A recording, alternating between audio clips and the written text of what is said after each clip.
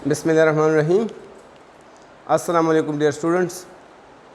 तो आज का जो हमारा टॉपिक है वो आप बोर्ड पर देख सकते हैं। क्या टॉपिक है हमारा? Structure of alkanes. अल्केन्स के स्ट्रक्चर के बारे में आज हम बात करेंगे। तो स्ट्रक्चर ऑफ अल्केन्स, अल्केन्स तो आपको पता है एक पूरा का पूरा होमोलॉगस सीरीज़ है, सही। एक मेंबर को हम उठाते हैं और फिर उस एक मेंबर में हम उसके स्ट्रक्चर को पढ़ लेते हैं, सही। जिस तरह हमारे पास अल्केन्स है तो इस अल्केन में किसको हम उठाते हैं? इथेन को हम उठाते हैं, जिसका मॉलिक्यूलर फार्मूला है C2H6। चले जी, अब आपको पता है अल्केन्स जो होमोलॉगस सीरीज हैं, सारे के सारे बॉन्ड्स जो अल्केन्स में होते हैं वो क्या होते हैं? वो होते हैं सिंगल कोवेलेंट बॉन्ड्स।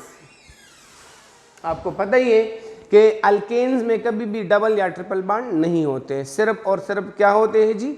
उसमें होते हैं ऑल सिंगल कोवेलेंट बॉन्ड्स, और सिंगल कोवेलेंट बॉन्ड्स को हम कहते हैं सिग्मा बॉन्ड्स, सही। जिस तरह हम जो डबल आता है तो डबल बॉन्ड में एक सिग्मा होता है, एक पाई होता है। जो ट्रिपल होता है इसमें एक सिग्मा होते हैं, दो पाई होते हैं। लेकिन जहां पर सारे के सारे सिंगल हो वो सारे के सारे सिग्मा होते हैं, सही। और सिग्मा बॉन्ड कौन से ऑर्बिटल इनको बनाते हैं? Hybridized orbitals. मतलब कि अल्केन्स में जितने भी हमारे पास ऑर्बिटल्स हैं वो सारे के सारे हाइब्रिडाइज्ड हैं। क्लियर है? अब जहां पर सारे के सारे ऑर्बिटल हाइब्रिडाइज हो जाएं तो वो कौन सी टाइप ऑफ हाइब्रिडाइजेशन बन जाती है? वो बन जाती है sp3। क्यों? क्योंकि sp2 में एक s और दो p आपस में हाइब्रिडाइज हो जाते हैं, एक p रह जाता है। इस तरह sp हाइब्रिडाइजेशन में एक s और एक p मिल जाते हैं, मिक्स हो जाते हैं, और दो p अनहाइब्रिडाइज रह जाते हैं। वाहिद हमारे पास sp3 हाइब्रिडाइजेशन है जिसमें सारे के सारे P और S आपस में मिक्स टुगेदर हो जाते हैं और सारे के सारे हमारे पास क्या? हाइब्रिडाइज्ड ऑर्बिटल्स आ जाते हैं। चूंकि अल्केन्स में हमारे पास सारे के सारे अब क्या होंगे? हाइब्रिडाइज्ड ऑर्बिटल्स होंगे, लिहाजा उनमें कौन सी हाइब्रिडाइजेशन है? sp3 hybridisation. ये आपको क्लियर होना चाहिए। अच्छा जी, अल्केन्स है, हाइड्रोकार्बन है, तो हाइड्रोकार्बन में सेंट्रल एटम क्या होगा? एक कार्बन है, एक हाइड्रोजन है, तो ऑब्वियसली सेंट्रल एटम होगा कार्बन। तो कार्बन आफ्टर sp3 हाइब्रिडाइजेशन आपको किस तरह मिलता है? इस तरह मिलता है। जब कार्बन में sp3 हाइब्रिडाइजेशन हो जाए, sp3 हाइब्रिडाइजेशन के बारे में हम फर्स्ट ईयर में डिटेल में पढ़ चुके हैं। sp3 किस तरह होता है, फिर sp2 किस तरह होता है, और वहां पर रेफरेंस में जो एग्जाम्पल्स दिए थे वो भी अल्केन, अल्कीन एंड अल्काइंस के थे, आपको याद हो। तो यहां पर हमारे पास क्या है जी? ये आपका क्या है? sp3 हाइब्रिडाइज्ड कार्बन एटम इस वक्त आपके सामने मौजूद है। चार इसमें क्या है? इक्विवेलेंट ऑर्बिटल्स है, ये इक्विवेलेंट ऑर्बिटल। इनको इक्विवेलेंट भी कहते हैं, हाइब्रिडाइज्ड भी कहते हैं। इक्विवेलेंट इसलिए कहते हैं क्योंकि S की एनर्जी अलग, P की एनर्जी अलग, S का शेप अलग, P का शेप अलग। लेकिन आफ्टर जब ये हाइब्रिडाइजेशन कर लेते हैं, आफ्टर हाइब्रिडाइजेशन सारे के सारे शेप भी सेम और सारों के सारों की एनर्जी भी सेम, इसलिए इसको इक्विवेलेंट ऑर्बिटल्स कहते हैं। हमें चार इक्विवेलेंट ऑर्बिटल मिलते हैं आफ्टर sp3 हाइब्रिडाइजेशन। चले जी, ये तो हो गया, यहाँ तक तो आसान है। अब हमने अल्केन्स होमोलॉगस सीरीज में किस मेंबर को चूज किया है, किस एग्जाम्पल को, किसका स्ट्रक्चर हम एक्सप्लेन करेंगे, तो आप देख सकते हैं हमने यहाँ पर इथेन को सिलेक्ट किया है। सेकंड मेंबर को हमने सिलेक्ट किया है, इसका स्ट्रक्चर हम पढ़ेंगे। अब आपको ये भी दिखाई दे रहा है कि इथेन का मॉलिक्यूलर फार्मूला क्या है? C2H6। कितने कार्बन है इसमें? दो कार्बन। लिहाजा ये जो कार्बन है sp3 हाइब्रिडाइज्ड कार्बन, ये हम कितने लेंगे? 2 कार्बन एटम्स। क्योंकि हमें यहाँ दो चाहिए, लिहाजा ये कार्बन एटम हम दो लेते हैं। तो ये आप देख सकते हैं मैंने एक लिया है और उसके बाद ये दूसरा लिया है, सही। इसमें दो कार्बन एटम होते हैं और ये दो कार्बन एटम जब get close to each other होते हैं तो एक sp3 of one carbon atom and one sp3 of other carbon atom linearly overlap कर लेते हैं और यहां पर हमारे पास क्या बन जाता है? एक सिग्मा बॉन्ड हमारे पास बन जाता है। लीनियर ओवरलैपिंग आप पढ़ चुके हैं, 4 नाम है लीनियर ओवरलैपिंग के। इसको एक्सियल ओवरलैपिंग भी कहते हैं, हेड ऑन ओवरलैपिंग भी कहते हैं, एंड वाइज ओवरलैपिंग भी कहते हैं और लीनियर ओवरलैपिंग भी कहते हैं। इन सब में हमारे पास क्या बनता है जी, सिग्मा बॉन्ड। तो इस कार्बन का एक sp3 इस कार्बन के एक sp3 के साथ लीनियर ओवरलैपिंग से ये सिग्मा बॉन्ड बना लेता है। अब बाकी जो ऑर्बिटल्स बचे हैं वो क्या है, वो हमारे पास 3 sp3 यहां पर है और 3 sp3 यहां पर है, तो मतलब टोटल 6 sp3 हाइब्रिडाइज्ड हमारे पास ऑर्बिटल्स है। तो अब क्या होता है, 6 हाइड्रोजन एटम्स वो इनके करीब आते हैं, उनका 1s ऑर्बिटल, क्या 6 हाइड्रोजन एटम के 1s ऑर्बिटल इनके करीब आता है और लीनियर ओवरलैपिंग से ये क्या बनाता है जी, ये बनाता है हमारे पास 6 सिग्मा बॉन्ड्स। ये एक सिग्मा बॉन्ड, दूसरा, तीसरा, चौथा, पांचवा और छठा। समझ में बात आई? तो हमारे पास ओवरऑल जो ज्योमेट्री आपको नजर आ रही है ये बन जाती है। ओके, ऑर्बिटल्स जो यहाँ पर शो होते हैं।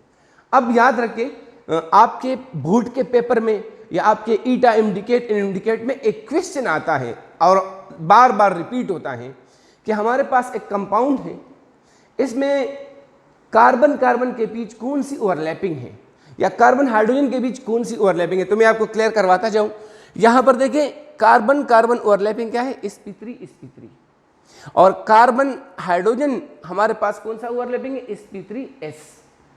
तो ये यहां से जब आप ऑर्बिटल्स के अंदर ओवरलैपिंग को वो ड्रा कर लेते हैं तो आपको पता चल जाता है। अब इसकी जो लिव स्ट्रक्चर बनता है वो किस तरह बनता है, देखिए ये carbon carbon single bond, clear. फिर इस कार्बन ने एक हाइड्रोजन के साथ, फिर दूसरे हाइड्रोजन के साथ और तीसरे हाइड्रोजन के साथ। ये हमारे पास चूंकि 3D स्ट्रक्चर है इसलिए मुझे विथ से इसको रिप्रेजेंट करना पड़ रहा है, क्योंकि ये सामने की तरफ आ रहा है, बाहर की तरफ, जिस तरह हम कह सकते हैं ना, इस तरह ये है। तो अब इस तरह ये बोर्ड 2D होता है और स्ट्रक्चर 3D है, तो 2D बोर्ड पर 3D चीज़ें एग्जैक्टली हम ड्रा नहीं कर सकते। हम क्या कभी विज कभी डैशेज इस्तेमाल करते हैं ना इसको 3D बनाने के लिए।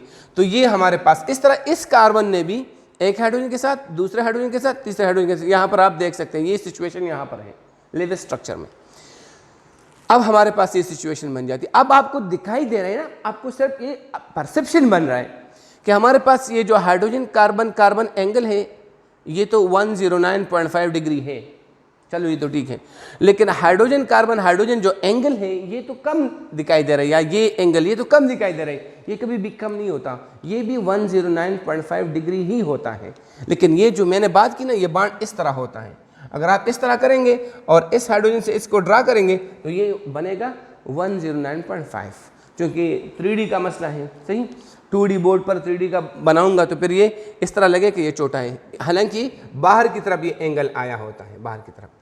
ये तो आपके एंगल्स हो गए सारे के सारे, चाहे वो हाइड्रोजन कार्बन हाइड्रोजन या हाइड्रोजन कार्बन कार्बन, जो भी एंगल होता है वो 109.5 डिग्री का होता है। और जहां पर आपको पता है कि 109.5 डिग्री का एंगल आ जाता है तो हमारे पास स्ट्रक्चर क्या होता है, टेट्राहेड्रल स्ट्रक्चर, सिर्फ और सिर्फ इस एंगल के बुनियाद पर। ये 109.5 109.5 इस बेस पर यहाँ पर हमारे पास क्या है, टेट्राहेड्रल स्ट्रक्चर, क्लियर है। फिर बॉन्ड लिंक की थोड़ी बात कर लेते हैं। 2 किस्म के बॉन्ड हमारे पास यहाँ carbon carbon and carbon hydrogen. जितने भी हमारे पास हाइड्रोकार्बन उसमें 2 ही तरह के एंगल्स होते हैं, carbon carbon and carbon hydrogen. Alkyne alkyne में तो फिर खैर डबल और ट्रिपल भी आ जाते हैं, लेकिन यहाँ पर सिर्फ क्या है, carbon carbon single and carbon hydrogen single bond. तो बॉन्ड लेंथ को देखें, बॉन्ड लेंथ हमारे पास कार्बन टू कार्बन जो सिंगल बॉन्ड होता है वो हमारे पास है 1.54 एंगस्ट्रॉम, 1.54 एंगस्ट्रॉम। अगर इसको एंगस्ट्रॉम में नहीं पिकोमीटर में हम रिप्रेजेंट करना चाहते हैं तो फिर इसको 154 pm कहेंगे।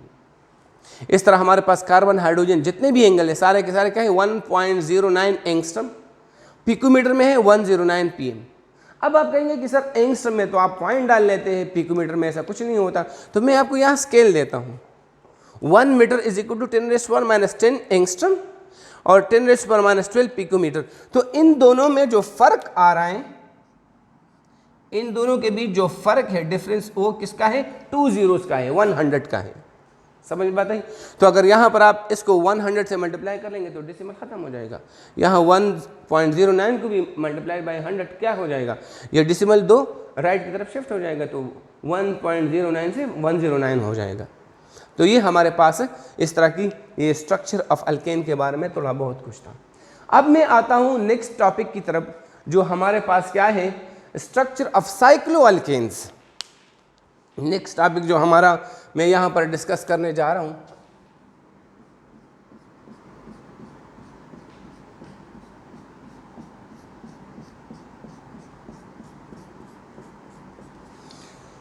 नेक्स्ट टॉपिक हमारे पास क्या है जी, वो है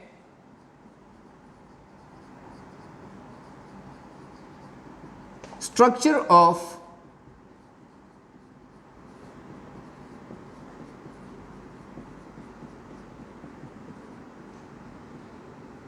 ये अब हम डिस्कस करेंगे। तो यहाँ की सिचुएशन और यहाँ की सिचुएशन वो तकरीबन सेम है। यहाँ पर भी हमारे पास वही चीज़ें हैं, हमारे पास साइक्लो अल्केन्स है। तो अल्केन्स है तो सारे के सारे इसमें जो बॉन्ड होंगे वो क्या होंगे, वो होंगे सिंगल कोवेलेंट बॉन्ड्स। कोई भी यहाँ पर क्या हो, कोई भी मतलब पाई बॉन्ड, डबल बॉन्ड या ट्रिपल बॉन्ड नहीं होगा। तो जहां पर सिंगल कोवेलेंट बॉन्ड है तो सिंगल कोवेलेंट बॉन्ड को हम क्या कहते हैं जी, सिग्मा बॉन्ड कहते हैं। सारे के सारे सिग्मा बॉन्ड हैं। और सिग्मा बॉन्ड कौन बनाते हैं, हाइब्रिडाइज्ड ऑर्बिटल।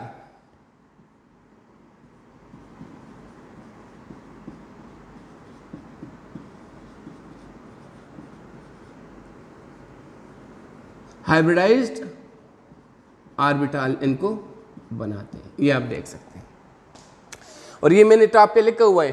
पाई बॉन्ड कौन बनाता है, पाई बॉन्ड बनाता है अनहाइब्रिडाइज्ड ऑर्बिटल। जो हाइब्रिडाइजेशन से रह जाते हैं वो बनाते हैं हमारे पास अनहाइब्रिडाइज्ड जो ऑर्बिटल्स होते हैं, वो पाई बॉन्ड बनाते हैं। तो ये हमेशा के लिए अपने जहन में रखें। तो जहां पर हमारे पास only and only sigma bonds हो, मतलब कि सारे इस और सारे पी आपस में मिले हुए, तो फिर ये हमारे पास कौन सी टाइप ऑफ हाइब्रिडाइजेशन हो गई, ये sp3 हो गई।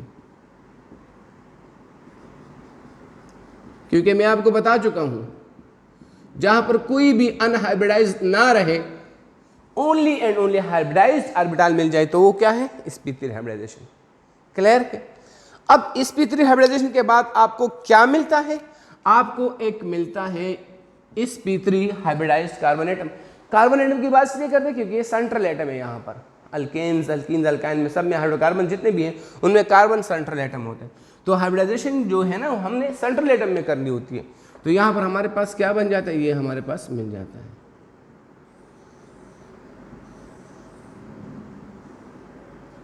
यहाँ पर देख सकते हैं इस बड़े लोब के साथ छोटे लोब्स भी होते हैं, लेकिन वो दिखाई नहीं देते। फिर ये इलेक्ट्रॉन जब इस तरह सर्कल करता है ना, तो थोड़ा सा टर्न लेने के लिए भी एक छोटा लोब होना चाहिए, लेकिन यहाँ पर फिर वो दिखाई नहीं देता सही तरह से। तो ये हमारे पास ये भी sp3, ये भी sp3, ये भी sp3 और ये भी, और सब में हमारे पास क्या है, एक एक इलेक्ट्रॉन मौजूद है। तो अकॉर्डिंग टू VBT ये चारों के चारों ऑर्बिटल हाफ फील्ड है और ये बॉन्ड फॉर्मेशन में हिस्सा ले सकते हैं। ये हमारे पास, इसको हम क्या कहते हैं, इसको हम कहते हैं sp3 हाइब्रिडाइज्ड कार्बन एटम, ये हम इसको कहते हैं। अब साइक्लोअल्केन्स भी एक पूरा का पूरा होमोलोगस सीरीज है, उसमें भी एक मेंबर को हमने सेलेक्ट करना होगा। तो साइक्लोअल्केन में कौन सा मेंबर आपके बुक में सेलेक्ट किया जा चुका है, इसमें सेलेक्ट किया जा चुका है, मैं आपको बताता हूं। यहाँ पर इसमें सेलेक्ट हो चुका है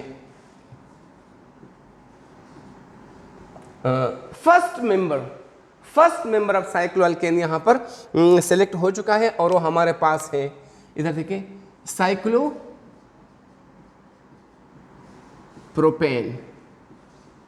ये फर्स्ट मेंबर है, क्योंकि देखिए क्लोज स्ट्रक्चर अगर आपने बनाना है तो आप एक या दो कार्बन से तो बना नहीं सकते, कम से कम आपको 3 कार्बन चाहिए क्लोज स्ट्रक्चर बनाने के लिए। तो साइक्लोप्रोपेन हमारे पास क्या है, इसका मॉलिक्यूलर फार्मूला C3H6, बिल्कुल अल्कीन की तरह इसका जनरल फार्मूला होता है। जितने कार्बन हाइड्रोजन उसके डबल। अब आप कहेंगे कि सर ये तो हमारे पास जितने कार्बन होते हैं हाइड्रोजन अल्केन में डबल से 2 ज़्यादा होते हैं। हाँ, डबल से 2 ज़्यादा होते हैं, लेकिन यहाँ पर हमारे पास जब आपने इसके एंड, ये ओपन चेन है, ये क्या है, ये आपका लीनियर या ओपन चेन अल्केन है। जब आप इसको मिलाते हैं यहाँ पर, तो यहाँ पर भी तो बॉन्ड बनाना है ना, तो कार्बन कार्बन बॉन्ड बनाने के लिए क्या करना होता है, इससे भी एक हाइड्रोजन और इससे भी एक हाइड्रोजन आप उड़ाते हैं, तो 2 हाइड्रोजन कम हो जाते हैं। तो यहाँ पर जो +2 नहीं है वो इसलिए कि वो 2 हाइड्रोजन रिमूव हो चुके हैं। तो अल्कीन में तो डबल बॉन्ड की वजह से 2 हाइड्रोजन कम हो जाते हैं, यहाँ पर साइक्लिक रिंग की वजह से हमारे पास 2 हाइड्रोजन कम हो जाते हैं, तो दोनों का फार्मूला सेम आ जाता है।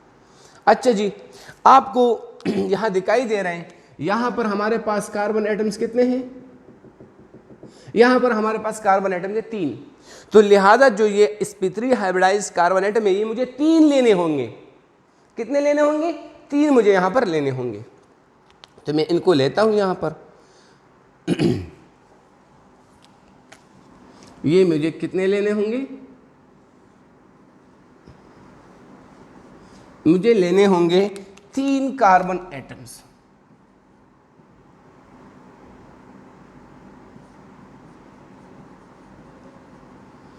चले भाई, अब 3 कार्बन एटम में लेता हूं,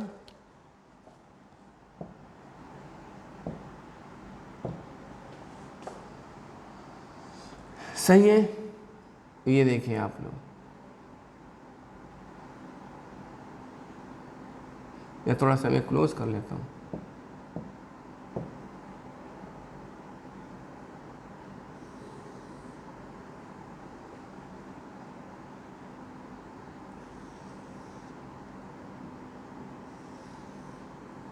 ये एक कार्बन हो गया, ये 3 आपको सामने दिखाई रहे, एक यहां पर आपके पास क्या है, बैक साइड पे है,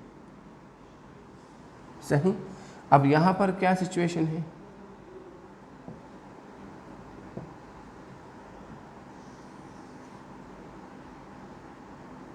ये थोड़ा बड़ा हो गया ना, थोड़ा एहतियात करेंगे, थोड़ा सा बड़ा अंदर से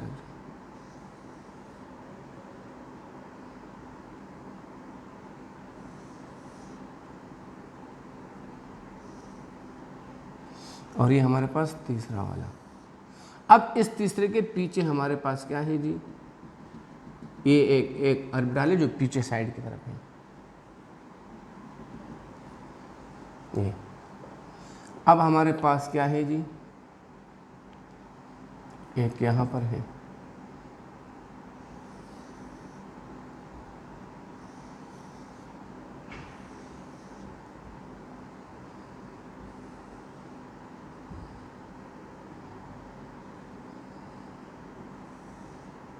ये। अब यहाँ पर भी एक जो है हमारे पास वो पीछे की साइड पे है, ये आपके यहाँ पर ये चीज़ें बन चुकी हैं। 3 कार्बन आपने जोड़ लिए, ये सारे के सारे क्या है, ये sp3, ये sp3, ये sp3, ये भी sp3, ओनली sp3 ना, सारे के सारे ये आप देख सकते हैं यहाँ पर।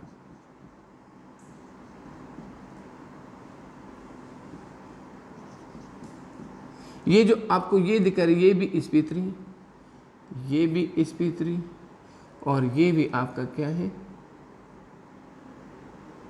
sp3। आपस में इन लोगों ने जो ओवरलैपिंग कर ली है वो हमारे पास यहाँ है। देखिए, एक कार्बन का एक sp3 दूसरे कार्बन के 1 sp3 के साथ लीनियरली मिलकर सिग्मा बॉन्ड बना चुके हैं। इस तरह यहाँ पर भी हमारे पास क्या बना चुका है, ये एक लीनियर बॉन्ड, लीनियर ओवरलैपिंग है, सिग्मा बॉन्ड यहाँ पर भी हमारे पास ये बना चुका है। नहीं, अब हमारे पास जो बाकी जितने भी हमारे पास वो है 2 sp3 हाइब्रिडाइज्ड ये जो ऑर्बिटल्स हैं, इनके पास क्या आ जाते हैं, इनके पास आ जाते हैं, इसके पास भी 1s ऑफ हाइड्रोजन आ जाता है, 1s ऑफ, यहाँ पर भी 1s ऑफ हाइड्रोजन आ जाता है, सही। यहाँ पर भी 1s ऑफ हाइड्रोजन आ जाता है, यहाँ पर भी 1s ऑफ हाइड्रोजन आ जाता है,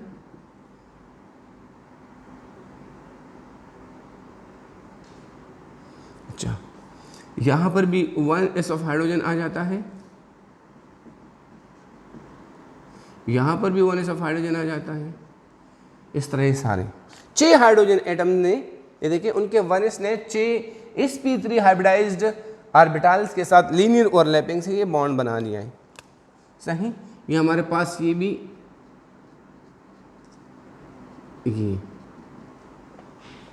हमारे पास क्या है, लीनियर ओवरलैपिंग है, तो ये भी हमारे पास सिग्मा।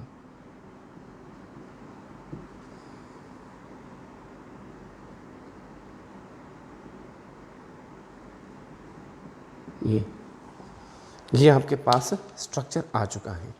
सही, 3 कार्बन एटम को, sp3 हाइब्रिडाइज्ड कार्बन एटम को हमने मिला दिया है। ये तो ऑर्बिटल बेस पे थे। तो यहां से आपको पता चल सकता है कि साइक्लोअल्केन में कार्बन टू कार्बन कौन सी ओवरलैपिंग है, sp3 sp3 sp3 sp3। लेकिन यहां पर एक चीज हो जाता है, यहां पर अगर हम देखें बिल्कुल ये सामने के साइड पे एक दूसरे के साथ मिले हुए हैं। ये जो हमारे पास ऑर्बिटल मिल रहे हैं ये अलोंग द एक्सिस है, बिल्कुल एग्जैक्टली अलोंग द एक्सिस है। लेकिन यहां पर हमारे पास थोड़ा मसला है, ये अलोंग द एक्सिस पूरी तरह से नहीं है। आप देख सकते हैं अब एक्सिस ये आ रहा है, लेकिन इसकी जो है हमारे पास ये इस थोड़ा सा बेंट मिल रहा है। इस तरह इस ऑर्बिटल का एक्सिस हमारे पास क्या है, ये है, लेकिन ये उस एक्सिस पे नहीं है, मतलब इस एक्सिस पे नहीं, थोड़ा सा बेंड है।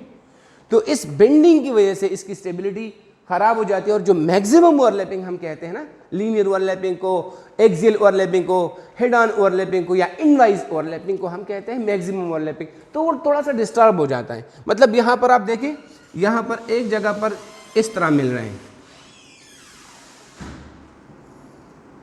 इस तरह, और एक जगह पर आप देख सकते हैं इस तरह चीजें मिल रही हैं।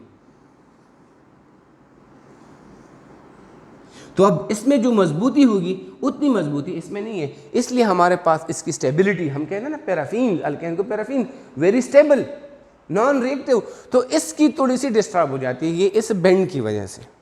सही, इसका हम आगे की तरफ फिर करते हैं, जो लेविस स्ट्रक्चर है उनका ड्रा करते हैं। ये देखें,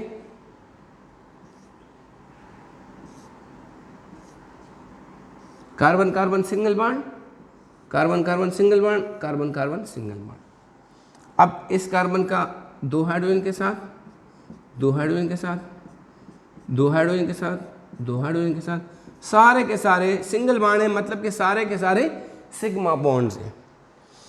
अब यहां पर जो एंगल आ रहा है वो एंगल, जाहिर सी बात है ट्रायंगल के इनसाइड कितने एंगल होते हैं, 60 डिग्री। तो देखिए ये 60 डिग्री है, और हमें कार्बन कार्बन जो एंगल मिलना चाहिए वो हमें मिलना चाहिए, वो हमें मिलना चाहिए 109.5 डिग्री। मिलना कितना चाहिए, 109.5 डिग्री। मिल कितना रहा है, 60 डिग्री। तो इस कमी को, इस डिक्रीज इन एंगल को due to the structure, close structure, इसको हम कहते हैं एंगल स्ट्रेन। इसको हम क्या कहते हैं जी, इसको कहते हैं एंगल स्ट्रेन, इसको एंगल स्ट्रेन कहते हैं।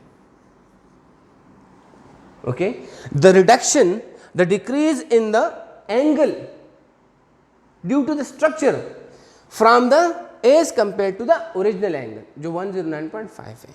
तो अब एंगल स्ट्रेन हमारे पास है इसके। अब कितना एंगल स्ट्रेन है, मतलब एंगल स्ट्रेन तो आ चुका है, 109.5 की जगह 60 है, तो हम कहते हैं साइक्लोप्रोपेन में मैक्सिमम एंगल स्ट्रेन है। तो किस तरह हम ये कह सकते हैं, हम इस तरह कह सकते हैं कि होना चाहिए 109.5 डिग्री और है यहाँ पर 60 डिग्री, 60.0। तो अगर हम बात करें 5 आता है, 9 आता है, और ये हमारे पास 9 हो जाता है, तो 9 से 6 अगर हम गए तो 3, सॉरी ये 10 है सारा का सारा, 10 से अगर 6 करेंगे तो 4 आ जाएगा। तो ये हमारे पास कितना एंगल स्ट्रेन है, 49.5 डिग्री का मैक्सिमम, इतना किसी और में नहीं है। अगर हम साइक्लो ब्यूटेन में बात करते हैं ना, इन दोनों में ही है और किसी में नहीं है। अगर साइक्लो ब्यूटेन में हम बात करते हैं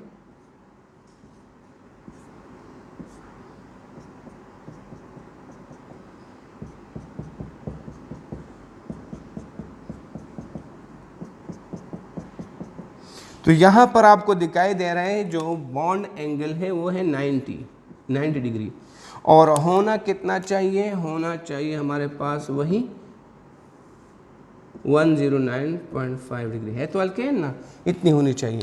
तो यहाँ पर भी एंगल स्ट्रेन है, लेकिन यहाँ अगर एंगल स्ट्रेन हम देखें तो कितना है 109.5 और माइनस 90.0, तो हमारे पास 599.1, तो यहाँ पर हमारे पास एंगल स्ट्रेन आता है 19.5 डिग्री, यहाँ पर 49.5 डिग्री, तो ये बहुत ज़्यादा है, ये हमारे पास क्या है, ये हमारे पास बहुत ज़्यादा है। तो ये स्ट्रक्चर है, क्लियर है। एंगल्स की लेंथ्स की बात करते हैं तो ये ऑब्वियसली हमारे पास क्या है, ये जो कार्बन कार्बन सिंगल बॉन्ड है 1.54 एंगस्ट्रम भी आप कह सकते हैं और 154 पीएम भी कह सकते हैं। इस तरह सारे इस तरह है। कार्बन हाइड्रोजन अगर हम कहते हैं तो 1.09 एंगस्ट्रम है, या आप 109 पिकोमीटर भी इसको कह सकते हैं। मैं आपको यहाँ पर स्केल से समझा चुका हूँ कि हम क्यों 1.09 भी कह सकते हैं और 109 भी कह सकते हैं। तो दिस इज़ द स्ट्रक्चर हमारे पास। इसमें भी कार्बन वही टेट्राहेड्रली अरेंज है और इसमें कोई ऐसी बात नहीं है, सही। जहाँ पर आपको कोई मुश्किल लगता है तो आप यहाँ पर वो पूछ सकते हैं। Thank you so much.